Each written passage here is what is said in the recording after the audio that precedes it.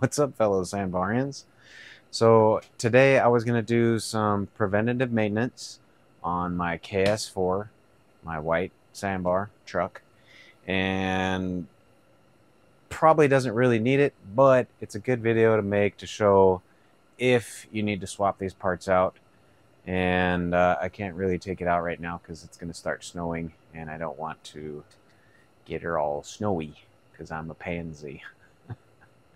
She's a garage princess. So, anyways, today we're going to be doing rear shift bushings. And since we have to take the airbox off to get to the shift bushings in the back, this is not has nothing to do with the front.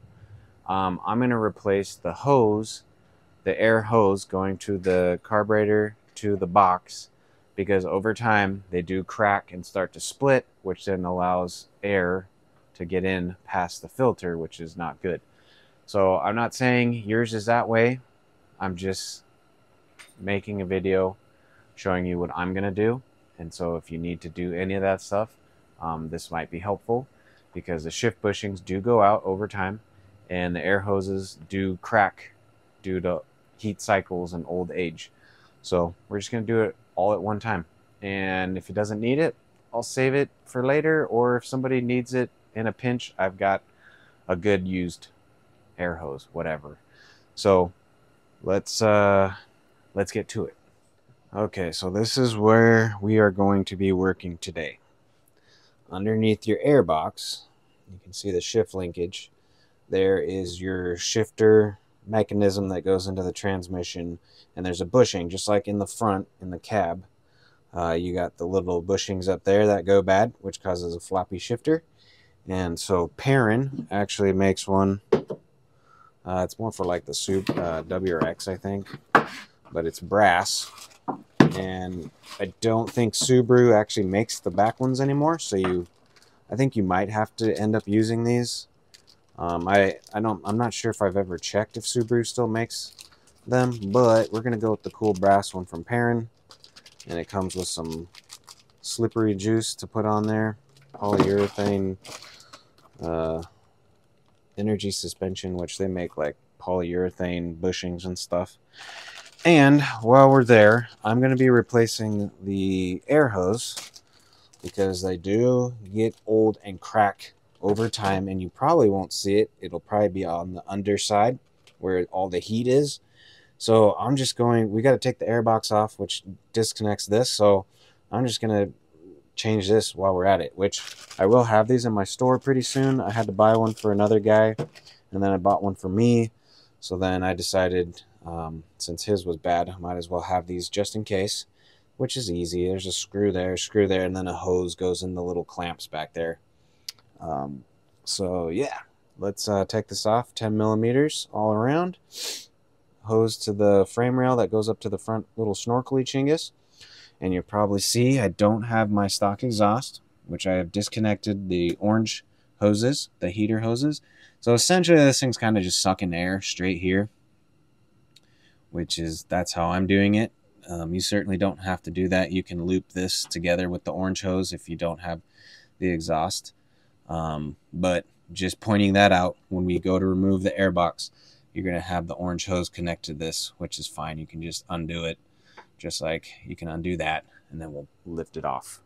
Okay, I'm going to try to have it so you guys can see what's going on. So basically, let's get the air box and everything off. So, screwdriver, JIS. We'll disconnect the first hose clamp. And then we can take this off. And you got to be really careful with these old plastics, these nipples on here, especially four-wheel drive. Pretty sure this is for the four-wheel drive guys only. Carefully pull that off. You don't want to break that nipple off, because that controls your vacuum, your solenoid for your four-wheel drive. So let's go ahead and get the top of the air box off, which this is a good time. If it's dirty, give it a good cleaning, because it might be full of oil. And let's go ahead and get the air filter out, which is a good time to either A, check your air filter and clean it, or replace it, whatever you're in the mood to do. Since you got it off, you might as well. I need a rag. Okay. So still underneath our airbox is the shifter linkage. So now it's just some 10 millimeters. Got one there.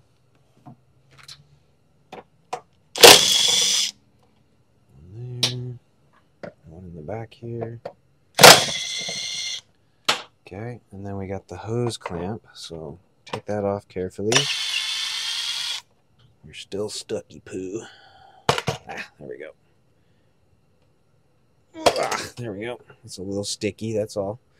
Give it a yank. Careful. There's a washer on the top of that guy, and there's also a metal sleeve inside this bushing. So try to keep that together. And then we should... Actually, I'm going to get this washer out of here before I lose it. And this metal bushing. Because my luck, it will drop into the forever abyss. Okay. Set that aside. We're just kind of stuck on the hose, so let's get the hose off. Alright. Bingo. Okay, so like I was saying, this would be a good time to clean this thing. So these things have a thermostatic valve in here. I thought I messed with this one, but right now, since it's freezing cold, the flap is going to be closed for the inlet, and it would be going through the heater hose. But yeah, so that's your thermostatic valve in there. If it's working properly, that should be closed. So basically, that thing is just sucking air out of here. And then you're probably curious, why do you have a filter right here? This was the breather for the vent on the top of the valve cover, and I just took it off and put this on there instead of putting a little vacuum plug on the end of that nipple there for the breather. And I just put one of these breather filters on it just for fun. Performance doesn't do anything, just looks kind of fun. Okay, here we are. Here is our shift linkage for the transmission. So you have your shift bushing linkage up in front, and then you have this back one. So basically all we got to do is take this pin off and pull the old one out. I haven't done this before, so we're going to do this together. This looks like our breather hose coming out of the transmission, which is funny because on the Honda, they have this actually going into the airbox, so it kind of burns off that oily stink air. And Sambar is just like, yeah, we're just going to put this stuff out into the air, which I don't really care. It's just kind of funny. Just kind of inspect things, make sure you don't have any major leaks. Obviously, this would be your transmission, and if this was leaking, the case is leaking, which isn't good. And then here's the top section where stuff drops in, so this could possibly go bad and cause leaking. You will probably find a bunch of oil underneath, though, because if you have your factory breather hooked up, it's going to dump oily residue into your airbox, and then there's actually a little like weep hole right here. So that little weep hole is going to drip all over the top of the transmission. So if you do see some, don't be too alarmed. It might just be coming out of the airbox like this. Looks like it dripped onto this thing. So let's go ahead and get this off. I'm gonna get the pliers. We'll do the airbox later. I'm not too concerned about it right now. But like I said, just kind of inspect stuff while you're here. Make sure everything looks good. And yeah, let me go get some more tools here. Alright, so I just grabbed some basic pliers. Let's see, because it looks like if we just get that up and over the thingy, that comes right off. And then we'll go ahead and just kind of wipe it down a little bit because it is pretty nasty. I have seen guys that have been pretty nasty and rusty. So if worse comes to worse, you might actually have to take like a little Dremel or something and cut the pin to get it off. I'm not sure. Mine certainly is not that bad. So let's go ahead and set that aside. We have this washer that comes off. There's our bushing that is inside this Machingus. Looks like it's got a nice crack right there. You can see it split.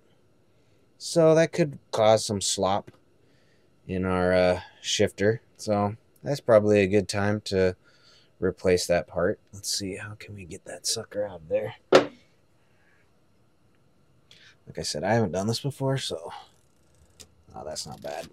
Just pull it out. Yeah, see it ripped right there. So mine was broken. It was ready to go. And now let's give this a little bit of a cleaning.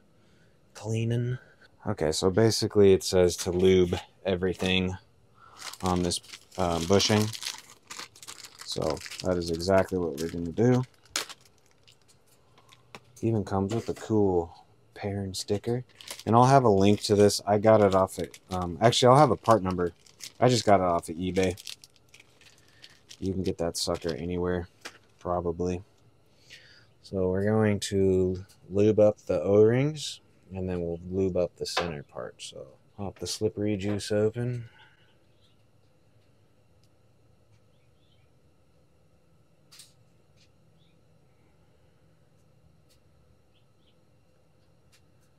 Gives us plenty, so I'm going to give it plenty of juice. More is better than nothing. I really don't want it to seize up in that sucker.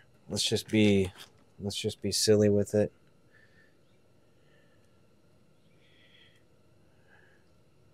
It's kind of sticky, so it's got some good stick to it. Okay, so basically the trick to getting this thing on is it's very machined. It's machined very tightly. So get your linkage set down over the hole first, because you cannot put this thing in at the slightest angle or it won't work. So get it on there, and then as you go down, pull the linkage up.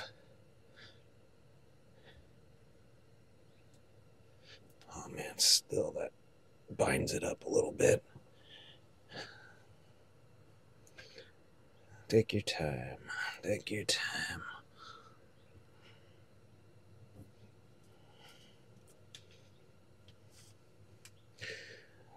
There we go. It's a very snug fit, but it'll go. Man, that stuff is sticky. Sticky, icky. She is solid. Okay. Push it down. I'll give it a little bit more goop on the top here for the washer. And then we'll kind of clean the washer up a little bit. Then we can put that on top. Squish the goop, the gooshies around. And then we'll slip the pin back through, which is very easy.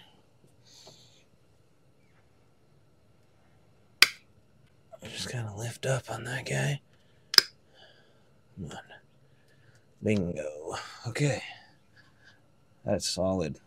Nice. Also, I would check your shift boot, little boot here, because if it's got holes and cracks in it, it could get dirt inside the cable housing. So if this boot is bad, I would probably tape it up or something, glue it or reseal it so you don't get crap inside the cable housing and mess up your shift cable, the linkage, I mean the cable itself. But nice. Okay. That's in there.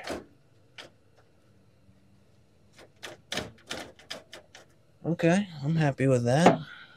All right, so that is how you change the upper shift linkage bushing. My hands are very sticky from that goop now.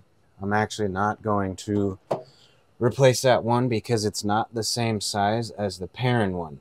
So I think we're gonna have to get with the 3D printer guys to help 3D print a bushing that fits, because it's slightly smaller than that one.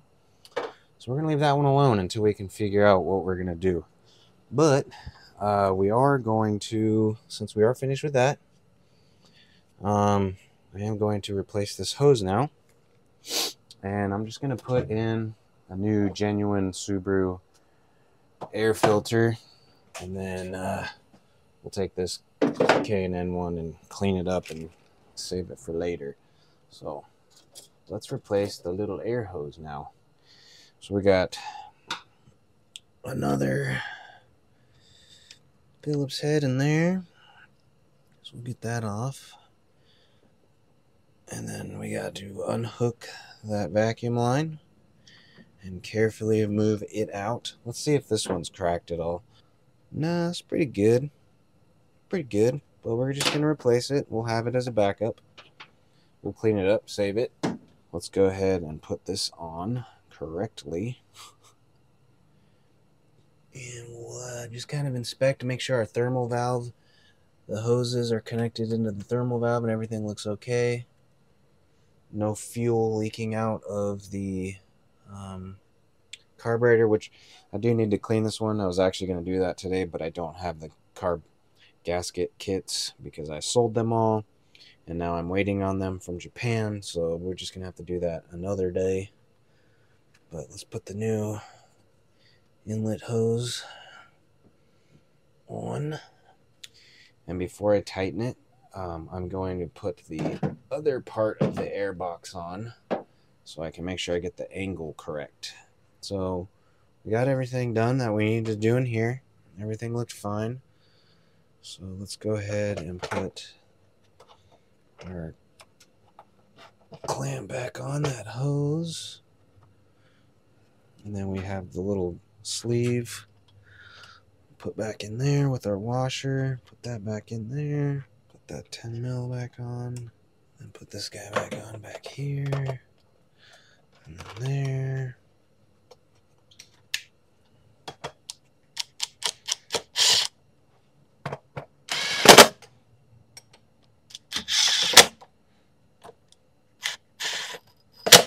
I'm going to hit those by hand. And then we'll get this back on, this air hose.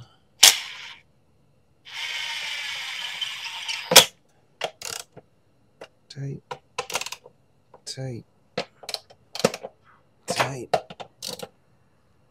Tight. Okay. My back. Let's put the air filter in. Brand new. Oh man, I already got my dirty fingers on it. Subaru air filter. I'm just going to point this out. You're probably thinking, oh, K&N, that's a good air filter. So the problem with these air filters is they're not really the right size. That's why I've never really recommended them. There's a gap around the sides, whichever side you put it on.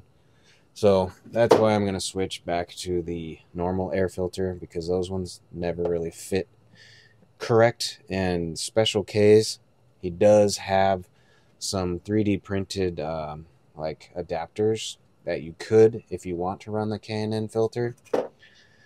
But for this, I'm just going to run the stock OEM Subaru air filter because I know it's going to fit. So with that said, let's go ahead and put our clamps back on.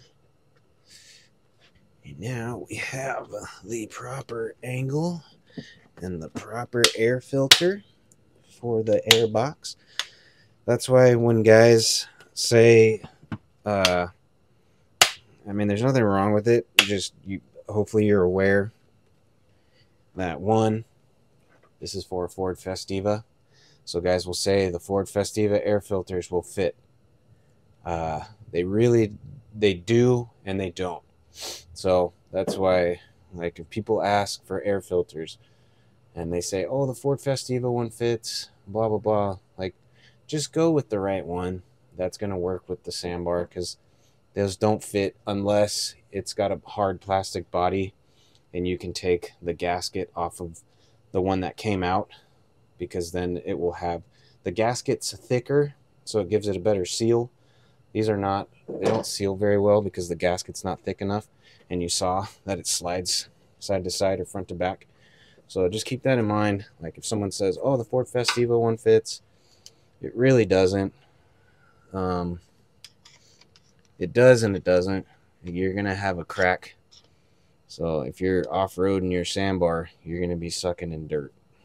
You could potentially suck in dirt. So just go with, a filter that works. And this engine, considering getting parts for rebuilding an engine isn't always fun. So there's no reason to risk it. Just get the right air filter.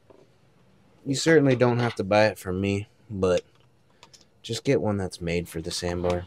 Even the ones on eBay that are the cheap red ones from China, those don't fit either. They still leave a gap.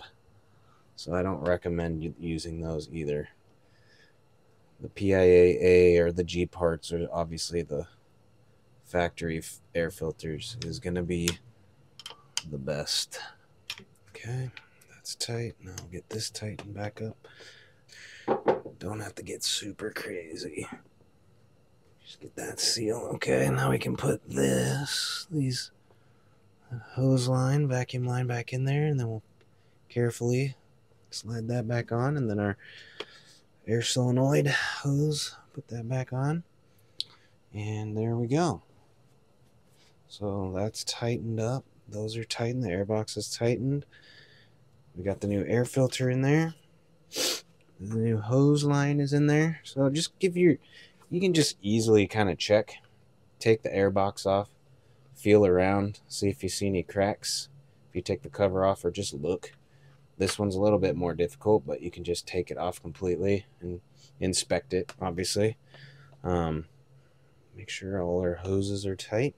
Yeah, that was pretty easy, just to do the shift bushings. And again, I will put the link, or I will put the part number on the video if you want to do that. Since it's not like a factory part, I won't really probably won't stock those, so you can just get those from PERRIN or whoever. But I will stock the air hoses, since that's probably going to become more of an issue. So I'll have those if you're in a bind and you need a new one because you don't want to suck dirt in. Or I'll have this used one on the shelf in case anybody's in a pinch and needs it ASAP. I will have it. But yeah, that was pretty easy. Cool. Thanks for watching, guys. I appreciate it. That was my whole, you listen to my rant about the K&N filters. So just take heed if you hear about the Festiva air filter. It's not a perfect fit, which I do love the Ford Festiva. I had one. So not knocking the Ford Festiva, I'm just knocking the filter because it doesn't exactly fit perfect on the sandbar. And the bushing, I'll have a link, but that was very easy. The other bushing, linkage, I'll see if I can have Aaron 3D print that so we can have those up if those go bad. And yeah, cool. Thanks for watching, guys. Check out okgarage.com for parts or whatever, or message me and see what I can do to help you get parts. But yeah, that was very easy.